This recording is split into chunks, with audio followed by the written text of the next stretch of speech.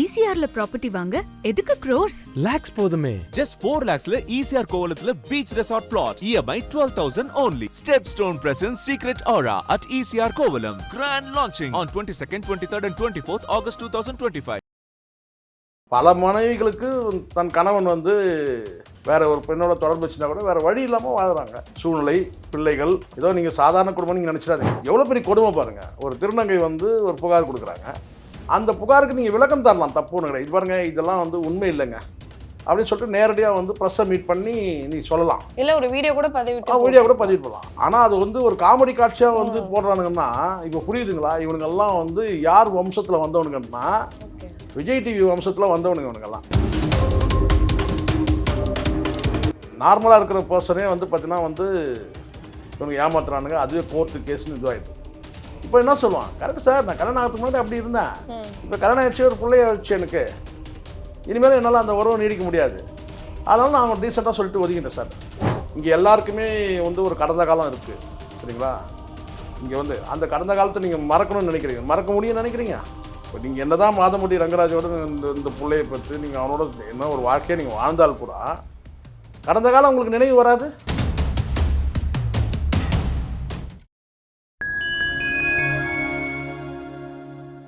Fine time cinema நேயர்களுக்கு வணக்கம். இன்னைக்கு நம்ம கூட நிகழ்ச்சியில ஷேக்வாரா ஜெய்சங்கர் சார் இணைஞ்சிருக்காரு. வணக்கம் சார். வணக்கம். சார், இப்போ பாத்தீங்கன்னா ஒரு நம்ம மாதவட்டி ரங்கராஜ் அவரோட இஷ்யூ பேசப்பட்டுச்சு. அதுக்கு அடுத்ததே பாத்தீங்கன்னா நாஞ்சில் விஜயன் மேல ஒரு திருநங்கை வைஷோ அப்படின்றவங்க அவங்களும் ஒரு அலிகேஷன் வச்சிருக்காங்க. என்னன்னா, அவர் என் கூட ரிலேஷன்ஷிப்ல இருந்தாரு, ஒரு நாள் லிவ்வின்லாம் இருந்தோம், ஆஃப்டர் மேரேஜுக்கு அப்புறமா கூட இருந்தாரு, இப்போ குழந்தை பிறந்ததுக்கு அப்புறம் என் கூட பேச்சுவார்த்தை எதுவுமே இல்லை அப்படின்னு சொல்லிட்டு இந்த இஷ்யூ எதுக்காக இப்போ அவங்க இதை பேசுறாங்க அப்படின்றது இருக்கு. அவங்க சொல்லும்போதே சொன்னாங்க, நான் மாதவட்டி ரங்கராஜ் அந்த ஜாய் கிறிஸ்டில் அவங்க சொன்ன பிறகுதான் எனக்கு ஒரு நம்பிக்கை வந்துச்சு, எனக்கும் நீதி கிடைக்கும் சொல்லிட்டு அதுக்காக வந்தேன்னு சொல்றாங்க. இந்த இஷ்யூ நீங்க எப்படி பாக்குறீங்க? இல்லை, இங்கே பல உறவுகள் எப்படின்னா கள்ள உறவுகள், ரெண்டு பக்கமும் ரெக்வஸ்ட் அக்செப்ட் பண்ணுற போது இந்த பிரச்சனை வர்றதில்லை.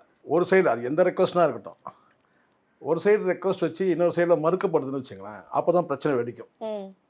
ஒரு நீண்ட காலமாக ஒரு இல்லீகல் ரிலேஷன்ஷிப்பில் இருக்கிறாங்கன்னு வச்சுங்களேன், ரெண்டு சைட்லேயும் போத் சைடு ரெக்வஸ்ட் அக்செப்ட் பண்ணிக்கிறாங்கன்னா அப்போ பிரச்சனை இல்லை. ஒரு சைடு மறுக்கும் போது பிரச்சனை வரும். இது நான் சொல்லவில்லை, பிரபலமான நடிகை கிட்டத்தட்ட ஒரு 30 வருஷத்துக்கு முன்னாடி ஒரு சேனலில் ஒரு சேனலில் அப்போ பிரிண்ட் மீடியாவுக்கு ஒரு பிரபலமான பத்திரிகையில் சொன்னாங்க. அப்போ கம்ப்யூட்டர் வந்த காலகட்டம் அது. எனக்கு கம்ப்யூட்டர் பற்றி எனக்கு தெரியாது. பட் நான் கம்ப்யூட்டர் நான் கற்றுக்கிறதுக்காக தான் ஒருத்தர்கிட்ட போனேன், ஒரு இன்ஜினியர்கிட்ட. எலக்ட்ரானிக்கல் இன்ஜினியர்லாம் ரொம்ப ரேர் அப்போல்லாம், கம்ப்யூட்டர் வந்த காலகட்டம். நான் சொல்கிறது கிட்டத்தட்ட ஒரு 90களுக்கு முன்னாடி. அப்போ நான் கம்ப்யூட்டர் மட்டும் எனக்கு கற்றுக் கொடுக்கல, அவர் எல்லாத்தையுமே எனக்கு கற்றுக் கொடுத்தாருன்ற மாதிரி சொன்னாங்க. அப்போ அவங்க சொன்ன வார்த்தை தான் இருக்குன்னா, வேண்டுகோள்கள் ரெக்வஸ்ட் ரெண்டு பக்கம் அக்செப்ட் பண்ணும்போது அது பிரச்சனை கிடையாது. ஒரு சைடு மறுக்கப்படும் போது உடனே அது எப்படி வேணால் நீங்கள் சொல்லலாம்.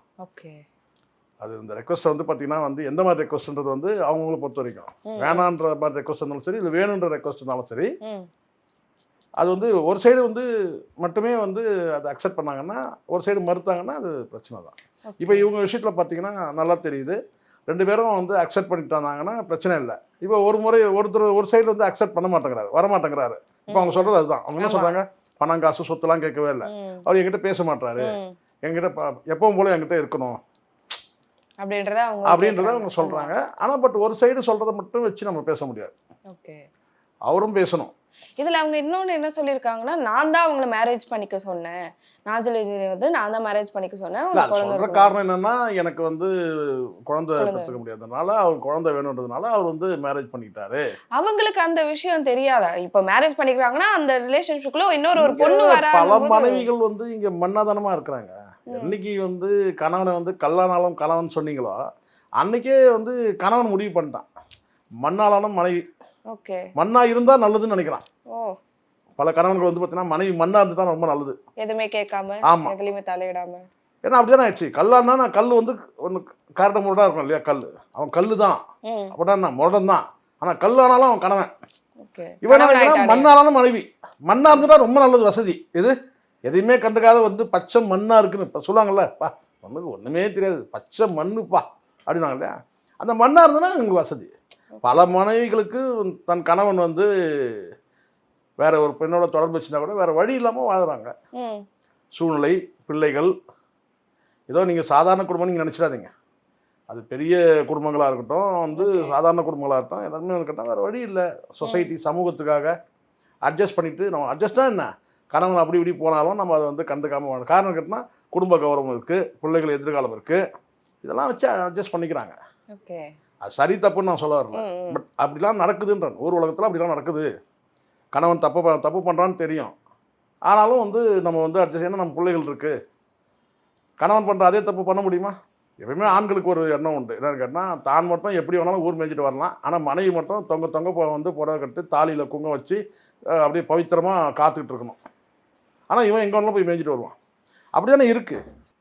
அதுதான் நான் சொல்கிறேன். இது கிட்டத்தட்ட இது ஆணாதிக்க சமுதாயம் தான், இன்னும் கூட மாறல. சரி, ஆணாதிக்க சமுதாயம் மாறி பெண்ணாதிக்க சமுதாயமாக மாறினா என்ன நடக்குதுன்னு கேட்டால், அது இப்படி நடக்குது. எப்படி ஜாய் கிறிஸ்டலா மாதிரி அவனை கழட்டி விட்டுட்டு இவங்கிட்ட வந்துடு, இவனோட வந்து அவனை கட்டி வந்து சமையல்காரன், இவனோட எவனா பெட்டர் அங்கே போய் இப்படி தானே.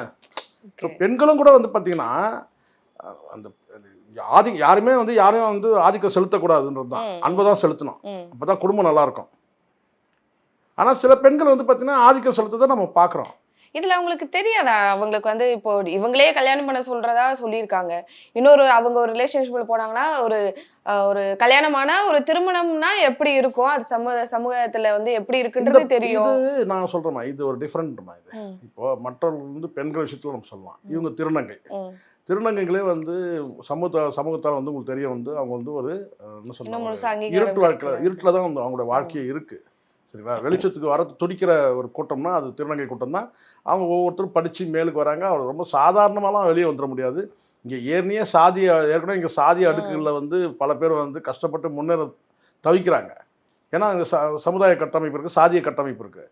அதை தாண்டி வந்து பார்த்தீங்கன்னா இனத்தால் வந்து இவங்க வந்து பார்த்தீங்கன்னா வந்து ஒரு தேர்ட் ஜெண்டர்ஸ் வந்து பார்த்தீங்கன்னா ரொம்ப ரொம்ப ரொம்ப ரொம்ப கஷ்டம்.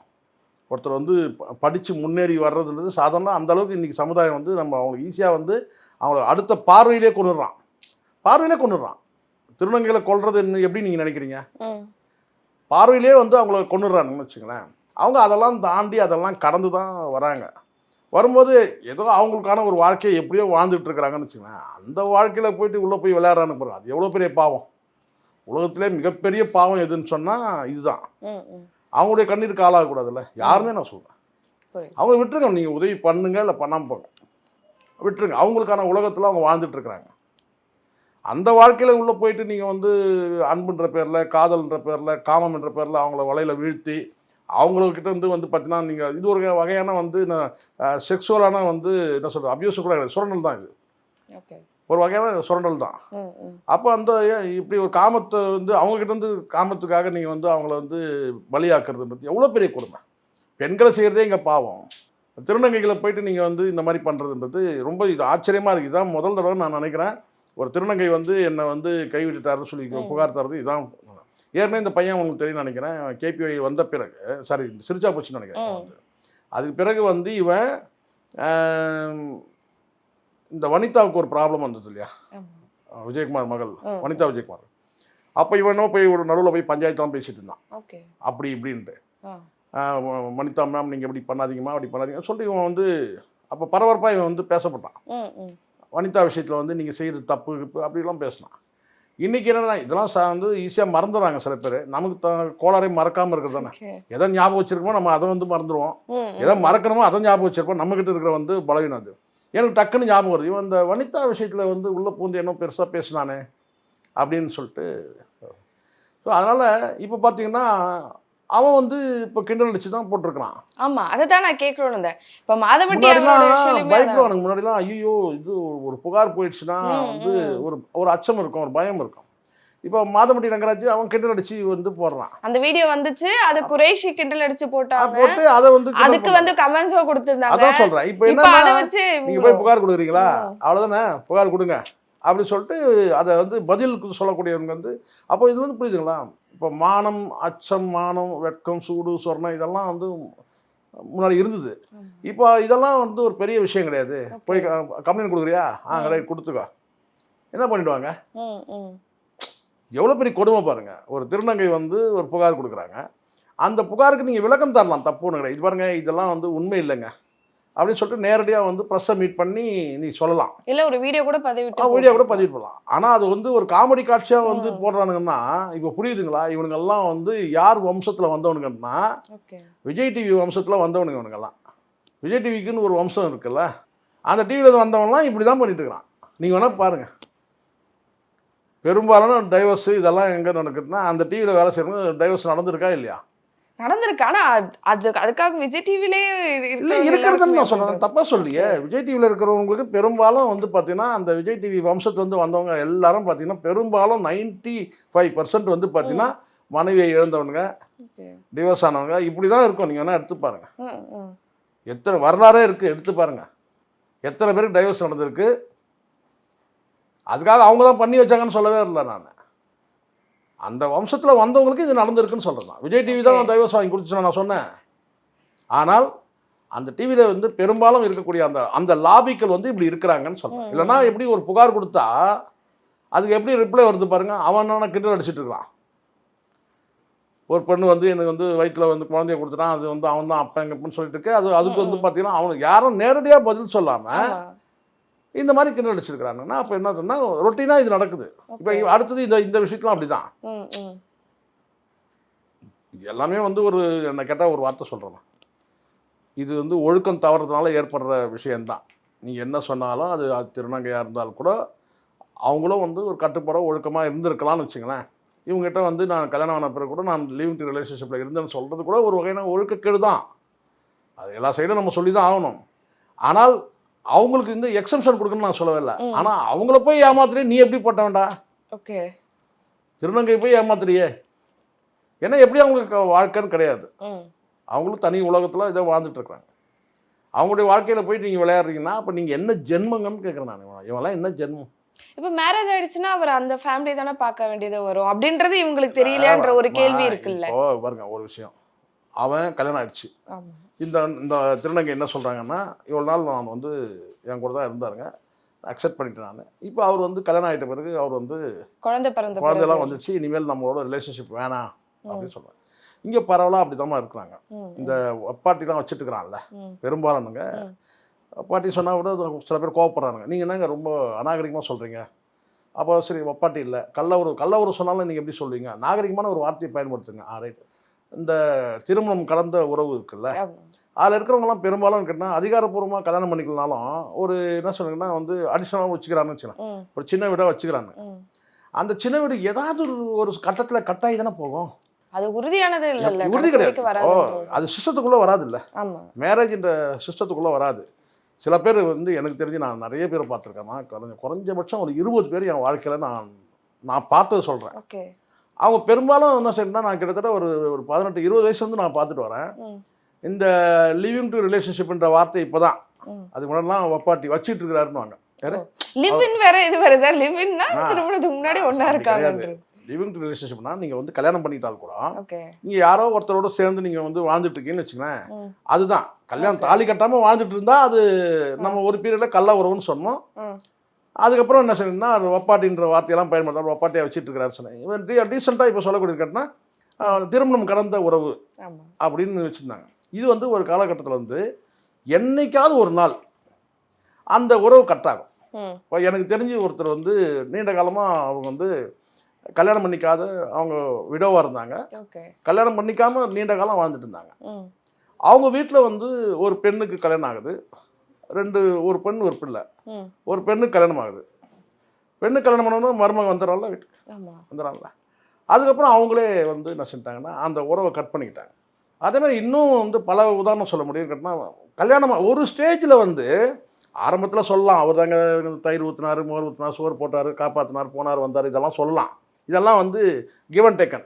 நீங்கள் எனக்கு வந்து என் குடும்பத்தை நீ வந்து அண்டர்டேக் பண்ணிக்கிட்ட, ஒரு கேர்டேக்கராக இருந்துக்கிட்டேன், நான் வந்து என்கிட்ட இருந்து உனக்கு கொடுத்தேன் அப்படின்ற அந்த எவனும் சும்மாலாம் இருக்க மாட்டான். சரிங்களா? நீங்கள் வந்து சோறு இல்லாத சித்திரங்கள்னு சொல்லிட்டு பாக்கியராஜ் ஒரு நல்ல ஒரு படம் எடுத்தார். அதை பார்த்தீங்கன்னா தெரியும். ஒரு கட்டத்தில் வந்து அந்த குடும்பத்தை வந்து ஒருத்தர் பார்த்துப்பார். அப்புறம் வந்து அவங்களுக்கு வயசாகிடும். அவங்க மூத்த மகள் மகளை வந்து வந்து- பெரிய பொண்ணாயிடுவான். ஆமா அப்போ வந்து டெய்லரிங் மிஷினை மாற்றுன்னு சொல்லிட்டு போவார் அவர். வேறு மிஷின் பழசாயிடுச்சு, புதிய மிஷின் மாற்றணும்னு சொல்லுவார். அதுதான் டைலாக். ஸோ அதனால் என்னதுன்னா ஒரு ஸ்டேஜில் இந்த சூழ்நிலை வந்துடக்கூடாது இல்லையா? அதனால் என்ன சொன்னேன்னா, ஏதோ காலத்தில் வந்து இணைஞ்சிட்டோம், ஏதோ 2 பேரும் வாழ்ந்துட்டோம். இப்போ வந்து வீட்டுக்கு வந்து ஒரு மருமகன் வந்திருக்கான், அவனுக்கு தெரிஞ்சிச்சுன்னா அசிங்கமாயிடும். ம் அதனால் இன்னும் வீட்டுக்கு ஒரு பொண்ணு வாழ வந்திருக்கிறா, அவளுக்கு Okay. தெரிஞ்சு அசிங்கமாயிடும் அப்படின்னு சொல்லி என்ன சொன்னால் ஒரு ஸ்டேஜில் கட் ஆகிடும். ம் ம் ஸோ அதனால் அதிகாரப்பூர்வமாக கணவன் மனைவின்றது மேரேஜ்ன்ற அந்த சிஸ்டத்துக்குள்ளே இருக்கிறவங்க மட்டும்தான் சரியாக இருக்கும். அதாண்டி திருமணம் கடந்த உறவு இதெல்லாம் வந்து இப்படி தான் ஆகும். இப்போ நீங்கள் இந்த மேட்ரு வந்துடும். ஓகேங்களா? இந்த விஷயம் என்னென்னா, அவனுக்கு கல்யாணம் ஆயிடுச்சு, குழந்தையாயிடுச்சு. அவனே என்ன சொல்லுவான், சார் ஆமாம் சார் அப்படி தான் இருந்தோம் சார், ஏதோ பாவம் வந்து சாப்பாடு இல்லாமல் இருந்தாங்க, ஏதோ நான் செஞ்சேன் சார், அவங்க 3 லட்சம் கொடுத்தாங்க, அதெல்லாம் போய் சார், ம் நான் அவளை வந்து நான் தான் சார் வந்து கேர் டேக்கராக இருந்தேன். இப்போ டீசெண்டான வார்த்தையாயிடுச்சு. இப்போ என்னது ஓகே அது என்ன? கேர்டேக்கரா இருந்தா கேர் டேக்கர் இல்லைன்னா கார்டியனாக இருந்தேன், காடி அப்படிதான் ஆயிடுச்சு. இதெல்லாம் ஒரு பெரிய தப்பு இல்லை சார். சுப்ரீம் கோர்ட்லேயும் நிறைய ஆர்டர்லாம் இருக்குது சார் எங்களுக்கு, ம் திருமணம் கலந்த உறவில் இருக்கலாம்னு சொல்லிட்டு. இல்லனா பணம் கொடுத்து அதை செட்டில் பண்றாங்க. வேணா சொல்லுங்க சார், ஏதாவது என்கிட்ட கொஞ்சம் பணம் இருக்குது, கொஞ்சம் Okay. கொடுத்து செட்டில் பண்ணிடுறேன், அவ்வளோதான். வேற என்ன செய்ய முடியும்? வேற என்ன செய்ய முடியும்? நார்மலாக இருக்கிற பர்சனே வந்து பார்த்தீங்கன்னா வந்து இவங்க ஏமாத்துறானுங்க, அதுவே கோர்ட்டு கேஸ்ன்னு இதுவாகிட்டு இருக்கு. இப்போ என்ன சொல்லுவான், கரெக்ட் சார், நான் கல்யாணம் ஆகிறதுக்கு முன்னாடி அப்படி இருந்தேன், ம் இப்போ கல்யாணம் ஆயிடுச்சு, ஒரு பிள்ளைய ஆயிடுச்சு எனக்கு, இனிமேல் என்னால் அந்த உறவை நீடிக்க முடியாது, அதனால நான் அவங்க டீசெண்டாக சொல்லிட்டு ஒதுக்கிட்டேன் சார். ஓகே எதனா லாஸ் ஆயிடுச்சுன்னா சொல்லுங்கள் சார், நான் லாஸ் சொன்னால் அதுக்கான இழப்பீடு கொடுத்துடணும், அவ்வளோதான் செய்வோம். வேற என்ன? வேற தீர்வே இதுக்கு இல்ல. இதுதான் அவ்வளவுதான். இப்படிதான் முடியுமே இப்படி வர இல்ல. இப்படிதான் நடக்கும், இப்படிதான் கடைசியாக முடியும். பல Okay. குடும்பங்களில் பல பெண்கள் வந்து ஒரே வார்த்தை, இதில் என்ன 2 பேரும் சேர்ந்து தானே வாழ்ந்தோம், ம் இப்போ ஒரு ஸ்டேஜில் வேணான்ற, அவ்வளோதான் போயிரு. ஓகே இது அப்படி போக மாட்டேன்னு சொன்னால் தான் அப்போ தான் சிக்கலாகும். யாராவது ஒருத்தர் விலகலை, இல்லை அதை அக்செப்ட் பண்ணிக்கல, டீசெண்டாக பிரிஞ்சிருவோம். இதெல்லாம் வந்து கோர்ட்டுக்கு கொண்டு போக முடியாது. இது நான் தாலி கட்டின கல்யாணமா, இது கோர்ட்டுக்கு கொண்டு போய் பஞ்சாயத்து இல்ல. பண்ணி கிடையாதுல்ல. ஆமா அவ்வளோதான். நீங்கள் வந்து அதனால தான் சொல்கிறேன், ஒரு ரெக்வஸ்ட்டோ, அது என்ன ரெக்வஸ்ட்டாக இருக்கட்டும், சேர்ந்து வாழக்கூடிய ரெக்வஸ்ட்டோ இல்லை வேணான்ற ரெக்வஸ்ட்டோ 2 பேரும் அக்செப்ட் பண்ணாங்கன்னா ஒன்றுமே இல்லை, டீசெண்டாக பிரிஞ்சு போயிடலாம். ம் ம் ம். யாராவது அது இப்ப ஒருத்தர் சகஜமாயிடுச்சா சார்? அது ஆமா நார்மலா இது ஒரு கேஸ் வரும், அதுக்கப்புறம் ஒரு இப்போ செட்டில்மெண்ட். பாருங்க, மாதம்பட்டி ரங்கராஜுக்கு இப்போ வந்து ஒரு சர்வ சாதாரணமான மேட்ரு இது. இப்போ அவரு இப்போ இவங்க சொல்கிறாங்க என்னன்னு கேட்டால், அவர் ஸ்ட்ரைட்டாக என்கிட்ட வரல. ம் ம் யார் கோயம்புத்தூர்ல ஸ்ட்ரைட்டாக வந்து ஸ்ருதி கிட்ட வந்து நேராக என்கிட்ட வரல, வழியில் நாமக்கல் ஓகே இந்த சைடு வந்து ஈரோடு ஆ இப்படி வந்தார், ரூட்டு அப்படி நேராக இப்படி வரலன்றாங்க அவங்க. ஸ்ட்ரைட்டா அந்த மாதிரி சொல்கிறாங்க. ஓகே அவன் வந்து ஒரு பொம்பளை பொறிக்கின்றது தான் சொல்லாமல் சொல்கிறாங்க. ஆ, ஆ. அந்த பொம்பளை பொறிக்கு தான் வேணும்னு அடம்பிடிக்கிறப்பார். அவன் மூலமாக ஒரு குழந்தைய வாங்கிக்கிட்டு என் குழந்தைக்கு அவன் தான் அப்பன்னு சொல்கிறப்பார். நீ எப்படிப்பட்ட ஆள்? நீயே சொல்கிற நேராக என்கிட்ட வரல, அங்கே இங்கே போயிட்டு வந்தான் தான் சொல்கிறீங்க. அப்போ அவனை வேண்டான்னு விட்டு தூக்கி போட்டு பார்த்துட்டு இது போயிருக்கு. வந்து மீடியாக்களில் பேச வேண்டிய அவசியமே, பேச வேண்டியதுன்னா நான் அவங்க சொல்ல வேண்டிய அவசியமே இல்லை. ஓகே ம் மீடியாக்களில் சொல்லுங்க, போய் புகார் கொடுக்குறீங்க, ம் புகாருக்கு காவல் நிலையத்தில் வந்து அது முகாந்திரம் தான் நடவடிக்கை எடுக்க போகிறாங்க. ம் நடவடிக்கை எடுக்கலாம், நீங்கள் கோர்ட்டுக்கு போக போகிறீங்க.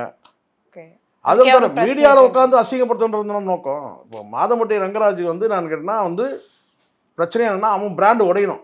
நமக்கு எப்போ வந்து எதுவும் நமக்கு அவன் செய்யாமல் நம்ம வந்து நம்ம வாழ்க்கை கொடுக்குன்னு சொன்னால், அவன் வந்து செய்கிற அல்வாவில் நம்ம கொடுக்குறான். ஓகே அப்போ அவனுடைய பிராண்டை உடைக்கணும். ம் ம் அந்த மாதம்பட்டி ரங்கராஜ்ன்ற அந்த பிராண்டு உடையணும். அப்போ அதானே உங்களுக்கு நோக்கம். உங்களுக்கு உண்மையிலேயே வாழ்க்கை வேணும்னா நீங்கள் எங்கே நிவாரணம் தரணும்? மீடியாக்களில் வந்தா. எதுவும் தெரியாமலாம் போலியே. எனக்கு இருக்கிறது என்னன்னா, இப்போ பெண்கள் இப்ப பாதிக்கப்பட்டிருக்காங்க, ஒரே அதெல்லாம் வார்த்தை. தாண்டி தெரிஞ்சுதான் ஒரு ஸ்ருதின்னு ஒரு மனைவி இருக்கிறா, 2 பிள்ளைகளுக்கான தெரிஞ்சுதான் நீங்க வந்து அவன்கிட்ட அது தப்பு அப்படி எப்படி தானே. பெண்கள் போறாங்கன்றதா அதுதான் நான் மிகப்பெரிய சொல்றேன். அப்ப கேள்வியா வந்து இருக்குது. ரெண்டாவது உனக்கு ஒரு வாழ்க்கை இருக்கு, ஆ உனக்கு ஏற்கனவே ஒரு கல்யாணம் நடந்திருக்கு, சீமந்தம் நடந்திருக்கு, ஒரு புள்ள இருக்கிறான். அப்போ அதையெல்லாம் வெளியில காட்டுறல. இப்போ வந்து கொய்யா முறையான கத்தணும், உனக்கு ஒரு புள்ள இருக்கணும், அவன் என்ன ஆச்சு? ம் அந்த முதல் கணவனுக்கு டைவர்ஸ் பண்ணீங்க, அதுக்கு அவனுக்கு ஒரு புள்ள இருக்குல்ல, ம் அந்த புள்ள யார்கிட்ட இருக்கிறாங்க? அவங்களோட வருங்காலம் என்ன அது ஆகுது? பேசணும்ல. அந்த பிள்ளை என்னன்னா பேசணும்ல. இப்போ வயிற்றுல இருக்க பிள்ளை மட்டும் கத்துற, இவன் தான் அப்பா, இவன் தான் அப்பான்ற. அந்த பிள்ளைக்கு என்ன ஆச்சு? அந்த பிள்ளையோட எதிர்காலம் என்ன ஆச்சு? அப்போ உங்களுக்கு அவ்வளோ விளையாட்டா இருக்கு. இது பெரிய விஷயம் கிடையாது. இப்படி பாத்துக்கலாம். சித்தார்த் சொன்னான் பாருங்க, சமந்தா விஷயத்துல சித்தார்த் சொன்னான் ஆ என்னன்னா, நாகசைதன்யா டிவோர்ஸ் பண்ணும்போது சித்தார்த் சொன்னான் அந்த வார்த்தையை. நடிகர் சித்தார்த் சொன்னான், நாகூர்பாய் பிரியாணியை உளுந்தூர்பேட்டில் இருக்கிற நாய் சாப்பிடணும்னு இருந்தால் அதை யாரும் யாரால தடுக்க தடுக்க முடியும்? முடியும்? நாகூர்பாய் கிட்ட பிரியாணி வாங்கியாச்சு, அது அப்படியே வழிபோக்கா வரும்போது அதை சாப்பிட்ருக்கணும். சாப்பிடல, கெட்டு போச்சு. தூக்கி வெளியில் போடும்போது கரெக்டாக உளுந்தூர்பேட்டை கிராஸ் ஆகும்போது தூக்கி வெளியே போடுறீங்க, அது நாய் சாப்பிடுது. அப்படிதான் தலைவிதின்னு இருக்குது. நல்ல ஒரு வாழ்க்கை இருக்குது. அந்த வாழ்க்கையில் வந்து பார்த்தீங்கன்னா நிம்மதியாக வந்து நாகூர்லேயே வந்து பிரியாணி வாங்கி அங்கேயே சாப்பிட்டுருந்தா நல்லா இருந்திருக்கும் இல்லையா? அப்படிதான் அர்த்தமாகணும். என்ன ஒரு வாழ்க்கை இருக்குது, அதை விட்டுட்டு நான் வந்து அப்புறம் சாப்பிட்டுக்கலாம் இந்த இடத்துல வந்து வசதியாக இருக்குது இங்கே சாப்பிடலான்னும் போது அங்கே நாய் தான் சாப்பிடும். கெட்டு போயிடுச்சு, தூக்கி போட்டிங்க, நாய் சாப்பிடும். அவ்வளோதான். அப்படி தான் வாழ்க்கை. கிடைக்கிற வாழ்க்கையை நல்லா நிம்மதியாக வாழணுமா யாருமே நான் சொல்கிறேன். இங்கே எல்லாருக்குமே வந்து ஒரு கடந்த காலம் இருக்குது சரிங்களா? இங்கே வந்து அந்த கடந்த காலத்தை நீங்கள் மறக்கணும்னு நினைக்கிறீங்க, மறக்க முடியும்னு நினைக்கிறீங்க. இப்போ நீங்கள் என்ன தான் மாதமுடி ரங்கராஜோட இந்த பிள்ளையை பற்றி நீங்கள் அவனோட என்ன ஒரு வாழ்க்கையை நீங்கள் வாழ்ந்தால் கூட கடந்த காலம் உங்களுக்கு நினைவு வராது. பல பேர் அந்த மாதிரி வந்து நிம்மதி இல்லாத போயிடுறாங்க. அந்த வாழ்க்கையோட வாழாமல் அந்த வாழ்க்கையை தொலைச்சிட்டு இன்னொரு வாழ்க்கை கிடைக்கும்னு சொல்லி வந்து கடைசியில் அந்த வாழ்க்கையும் சரியில்லாமல் போயிட்டு நிம்மதி இல்லாமல் போயிடுது. கிடைக்கிற வாழ்க்கையை இனிமையாக வாழுது அப்படின்றத கற்றுக்கணும். வாழ்க்கை ஒரு முறை தான், ஒரே ஒரு முறை தான். அந்த இடத்துல வந்து பார்த்தீங்கன்னா எவ்வளோ வேதனையாக இருக்கும். நீங்கள் டைவர்ஸ் பண்ணிடுறீங்க. ஒரு கணவனுக்கு தன் காதல் மனைவி வந்து தன்னை விட்டு பிரிஞ்சு போய் இன்னொருத்தனோட கல்யாணம் பண்ணிக்கும் போது இல்லை இன்னொருத்தனோட ஜோடியாக வந்து போகும்போது அந்த காட்சி மட்டுமே எவ்வளோ கொடுமையாக இருக்கும். இங்கே வாழ்க்கை எல்லாருக்கும் ஒரு முறை தான்மா. அந்த ஒரு முறை அந்த வாழ்க்கையை வந்து பார்த்தீங்கன்னா எப்படி இனிமையாக வாழுது அதை பார்க்கணும். தவிர அப்படியே நீங்கள் வந்து இந்த குரங்கு தாவற மாதிரி தாவிக்கிட்டே இருக்கக்கூடாது. எல்லாருக்கும் ஒன்று தான் சொல்கிறேன், ஒழுக்கத்தோடு வாழுங்க, பிரச்சனையே இல்லை. அது ஆணாக இருக்கட்டும் பெண்ணாக இருக்கட்டும். ஒழுக்கம் தவறுனா அசிங்கப்படணும், அவமானப்படணும். இப்போ மாதமுடி ரங்கராஜுக்கு அசிங்கம் அவமானம். இப்போ அவங்க கம்பெனி போயிருக்கு கோர்ட்டுக்கு, அவங்க பேசுறதுக்கு தடை விதிக்கணும், எங்கள் கம்பெனி பிராண்ட் விழுது அப்படின்னு கோர்ட்டுக்கு போயிருக்காங்க. அது என்ன ரிப்ளை வந்தது செப்டம்பர் வந்து பதில் தெரியணும் நினைக்கிறேன். ஸோ அப்படி இருக்குது. இப்போ எதனால் இது நிலைமை? பேரும் புகழும் கிடச்சிச்சின்னா அதை வச்சு நிம்மதியாக வாழறது எப்படி சந்தோஷம்? அதெல்லாம் கிடைக்காது. கிடச்சிருக்கு சின்ன வயசில், அதை வச்சு ஒழுக்கமாக வந்தால் பிரச்சனை இல்லை. இவங்களுக்கும் நல்ல ஒரு வாழ்க்கை இருந்திருக்கு. ஒரு டைரக்டர், சினிமா டைரக்டர் அவரோட இருந்திருக்கிறாங்க. அப்படியே வாழ்ந்துருக்கலாமே. இவங்களும் மேக்கப் ஆர்டிஸ்ட் எல்லாம் அதான் நான் சொல்கிறேன், அப்படியே வாழ்ந்துருக்கலாம். அதை விட்டுட்டு இன்றைக்கி வந்து கிடைக்கிற வாழ்க்கையை விட்டுட்டு இப்போ இன்னொருத்தன் வந்து பார்த்தீங்கன்னா வந்து குழந்தை கொடுத்த பிறகு அவன் வந்து வாரிசு உரிமை போராட்டம் பண்ணிட்டு இருக்கேன். இது தேவையான்னு கேட்குறாங்க. பல பெண்கள் பல மிக சிறந்த ஆளுமைகள்லாம் இருக்கிறாங்க, பெரிய கவிஞர்கள் இது அப்படிலாம் இருக்கிறாங்க. கடைசியில் அவங்களாம் என்ன ஒரு வயோதிகன் கிட்ட போயிட்டு வந்து ஒரு கவிஞர் உங்களுக்கு தெரியும்னு நினைக்கிறேன். ஒரு வயோதிகத்தில் இருக்கிற வந்து அவர் பெரிய தமிழ் போராளின்னு சொல்லிட்டு அவரை போய் வந்து கல்யாணம் பண்ணிவிட்டு அவர் மூலமாக ஒரு வாரிசு எடுத்துக்கிட்டு அதுக்கப்புறம் அவங்க பிள்ளையோட போயிட்டு வந்து வெளியில் தர்ணா இருந்து அது பண்ணி எல்லாம் பண்ணி கூட என்னாச்சு? கடைசியில் பேரும் போச்சு. அவங்க பார்த்தீங்கன்னா அதுக்கு முன்னாடி கடந்த காலம் அவங்களுடைய வாழ்க்கை வந்து நிறைய முன்னாடியே ஒரு வாழ்க்கைலாம் இருந்திருக்குன்னு சொல்லுவாங்க. யாரையும் நான் காயப்பட்டுனா சொல்ல, வாழ்க்கை ஒரு முறை தான் நம்ம வாழ்கிறோம். திரும்ப நம்ம வந்து பிறகு அதான் எனக்கு மறுஜென்மத்தெல்லாம் நம்பிக்கை கிடையாது. ஒரு முறை பிறக்கிறோம். அந்த ஒரு முறை வந்து பார்த்தீங்கன்னா எல்லாமே நம்ம வாழ்க்கையில் இருக்கும். காதல் இருந்தால் காதல், காமம் இருக்குதுன்னா அது மனைவியோட. அப்படி தான் இருக்கணும். நாய் வாய் வைக்கிற மாதிரி எல்லா இடத்துலையும் வாய் வைக்கிறவங்க கிட்ட நம்ம தான் எச்சரிக்கிறோம். பெண்கள் தான் எச்சரிக்காருங்க. நான் நம்புறேன், திடமாக நம்புகிறேன். ஆணுக்கும் கருப்பு இருக்குது, நான் நம்புகிறேன். அந்த நம்பிக்கை வந்து எல்லாருக்கும் இருக்கணுன்றது என்னுடைய ரெக்வஸ்ட் தான். அது இல்லாத நான் என்ன செய்ய முடியும்? நம்ம போய் பஞ்சாயத்தை பண்ணிட்டு இருக்க முடியுங்க. யாருமா பஞ்சாயத்து பண்ண முடியும்? போலீஸு, கோர்ட்டு, எங்கே போனால் போங்க. இழப்பு லாஸ் நமக்கு தானே. யாருக்கு லாஸ்? நமக்கு தானே லாஸ். நீங்கள் தானே கதறீங்க. மாதம்பட்டி ரங்கராஜ் வந்து நான் 7 மாதம் நான் வந்து வயிற்றில் பிள்ளைய சுமக்கிறேன்னு அவன் சொல்லலையே. அவன் வேலையை முடிச்சுட்டு போயிட்டான். ஆனால் கதறது யார்? நீங்கள் தானே கதறீங்க. எதுக்கு? உங்களுக்கு ஏற்கனவே ஒரு அழகான ஒரு வாழ்க்கை இருக்குது, எதுக்காக அந்த வாழ்க்கை இழந்தீங்க சொல்லுங்கள். அந்த வாழ்க்கை பிடிக்காம கூட போட்டோம். நீங்கள் முறையாக பண்ணிட்டு இருக்கணும், தப்பே கிடையாது. டைவர்ஸ் பண்ணுறது தப்பு கிடையாது. ஒரு மிருகத்தோடு என்னால் வாழ முடியாது, அவ்வளோ கரடு முரடாக இருக்கான். நான் டைவர்ஸ் பண்ணிட்டோம். டைவர்ஸ் பண்ணிட்டு அடுத்த வாழ்க்கை ஒழுங்காக தேர்ந்தெடுக்கணும். கரெக்டான ஆளை தேர்வு செய்யுங்க. இவன் வந்து கரடு முரடாக இருக்கான், இவனோட வந்து எனக்கு நெருங்கின தோழிலாம் இருக்கிறாங்க, அவங்களாம் டைவர்ஸ் பண்ணாங்க, அவனோட வாழ முடியாது, டைவர்ஸ் பண்ணாங்க. அவங்க வந்து பார்த்தீங்கன்னா அவங்க வந்து ஒரு பொண்ணு பிள்ளையோட வந்து கடைசி வரைக்கும் அவங்க வாழ்ந்துட்டு இருக்கிறாங்க. அவன் வேற ஒரு கல்யாணம் பண்ணிட்டு போயிட்டான், அவ்வளோதான். ஆனால் ஒரு பொண்ணு ஒரு பிள்ளையோட அவங்க சொந்த பந்தத்தோட வாழ்ந்துட்டு இருக்கிறாங்க. 10 ஆண்டு காலம் கஷ்டப்பட்டாங்க. அதுக்கப்புறம் அவங்க வந்து 2 பிள்ளைகளோட வாழ்ந்துட்டு இருக்கிறாங்க. அடுத்த கல்யாணத்துக்கு போகவே இல்லை. போதும்பா, ஒருத்தங்கிட்ட பட்டதேன்னாங்க. ஒருத்தங்கிட்ட பட்டதே போதும், நான் அடுத்த கல்யாணத்துக்கு அவங்க வந்து சொந்த பந்தத்தோடு இருக்கிறாங்க. சொந்த பந்தம் கூட இல்லாமல் தனிமையாக வாழ்ந்துட்டு இருக்கிறோம்னு நான் சொன்னேன். உதாரணம் சொன்னேன். பிள்ளையோட அவங்க கடைசி வரைக்கும் அவங்க தனியாக வந்து எல்லாம் சொந்த பந்தம் இருந்தாலும் கூட அவங்க தனித்தனியாக இருக்கிறாங்க. ஒரு கூட்டு குடும்பம் இல்லை. நான் இவங்க சொல்கிறது கூட்டு குடும்பமாக இருக்கிறாங்க. அண்ணன் தம்பிங்களோட இருக்கிறாங்க, வந்து அப்பா அம்மாவோட இருக்கிறாங்க. அவங்க பிள்ளைகளை வந்து பார்த்தீங்கன்னா, ஆனால் நான் சொல்கிறதுக்கு முதல்ல சொன்ன கேட்டினா 3 வருஷம் தான் ஆக்சிடென்ட் ஆனது வந்து பார்த்தீங்கன்னா அந்த பிள்ளையோட கடைசி வரைக்கும் வாழ்ந்துட்டு இருந்தாங்க. ஓகே. இப்போவும் வாழ்ந்துட்டு இருக்கிறாங்க. அதெல்லாம் வந்து இதுதான் இங்கே வந்து பார்த்தீங்கன்னா, இங்கே வந்து யாரெல்லாம் வந்து கற்போட வாழணும்னு நினைக்கிறாங்களோ அவங்களுக்கு சிக்கல் இல்லை. கற்பை பற்றிலாம் கவலை கிடையாதுங்க.